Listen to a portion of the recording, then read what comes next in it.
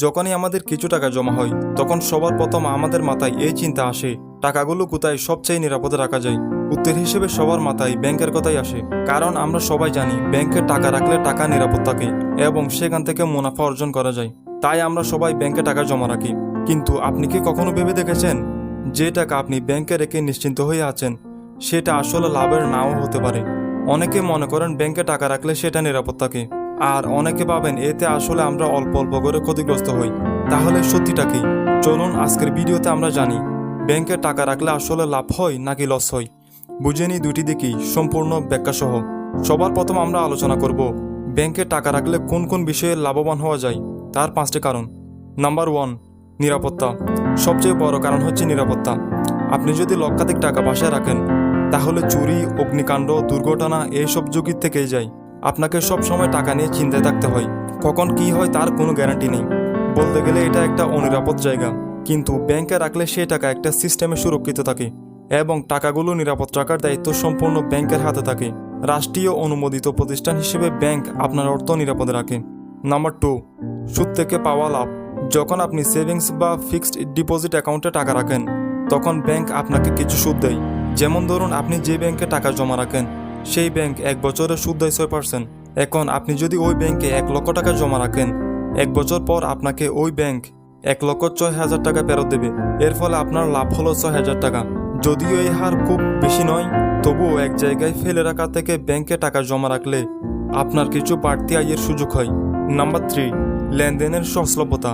ব্যাংকে টাকা রাখলে cheque, ATM card, mobile banking এইসবের মাধ্যমে টাকা তোলা ও পাঠানো অনেক সহজ হয়। কিন্তু আপনি যদি নিজের কাছে টাকা রাখেন তাহলে আপনি এইসব সুযোগ থেকে বঞ্চিত হবেন।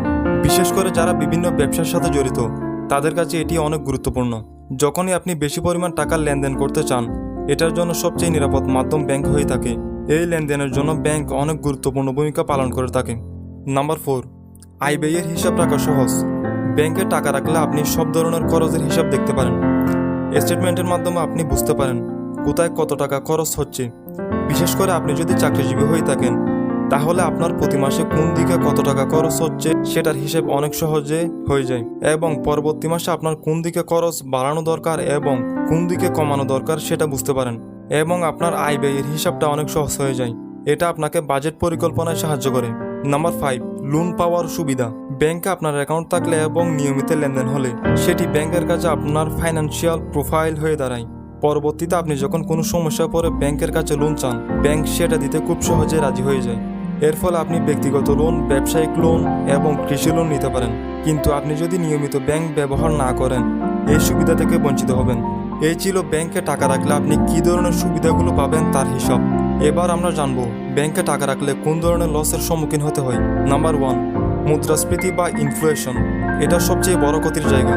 ধরা যাক আপনি 1 লক্ষ টাকা ব্যাংকে রাখলেন এবং প্রতি বছর 5% সুদ পাচ্ছেন, কিন্তু যদি সে বছর জিনিসের দাম 7% বাড়ে তাহলে আপনি 5% লাভ করতে গিয়ে 2% ক্ষতিতে পড়ছেন। বর্তমান সময়ে এই ধরনের সমস্যায় সবচেয়ে বেশি মানুষ ক্ষতিগ্রস্ত হচ্ছে। সবাই লাভের আশায় টাকা রেখে লসের সম্মুখীন হচ্ছে, কিন্তু যেটা খুব কম লোকই ধরতে পারছে। নাম্বার 2, সার্ভিস চার্জ ও লুকানো ফি। অনেক ব্যাংকে সেভিংস অ্যাকাউন্ট মেনটেনেন্স করতে মাসে বা বছরে চার্জ কেটে নেয়। যদি নির্ধারিত পরিমাণের নিচে ব্যালেন্স চলে আসে তাহলে অতিরিক্ত জরিমানা কাটে। এইসব ফি আমাদের কাছে কম মনে হলেও একসাথে টাকার পরিমাণটা অনেক বড় অঙ্কের হয়ে দাঁড়ায়, যেটা আমরা বুঝতে পারি না। নাম্বার 3, অতিরিক্ত লেনদেন ফি। অনেক সময় নির্দিষ্ট সীমার বেশি টাকা তুললে আপনাকে অতিরিক্ত চার্জ দিতে হয়। মাঝে মাঝে চেক ক্লিয়ার করতে সময় লাগলে তাতেও অতিরিক্ত চার্জ কেটে নেওয়া হয়। মোবাইল ট্রান্সফারও অতিরিক্ত চার্জ কেটে নেওয়া হয়। এইসব ছোট ছোট খরচ আমাদের কাছ থেকে কেটে নেয়, যেটা আমরা খেয়ালও করতে পারি না। নাম্বার 4, লাভজনক বিনিয়োগের সুযোগ হারানো। যদি আপনি টাকা ব্যাংকে না রেখে কোনো ব্যবসা, গরুর খামার, কৃষি বা শেয়ার বাজারে বিনিয়োগ করতেন তাহলে হয়তো 15 থেকে 20% পর্যন্ত রিটার্ন পেতে পারতেন।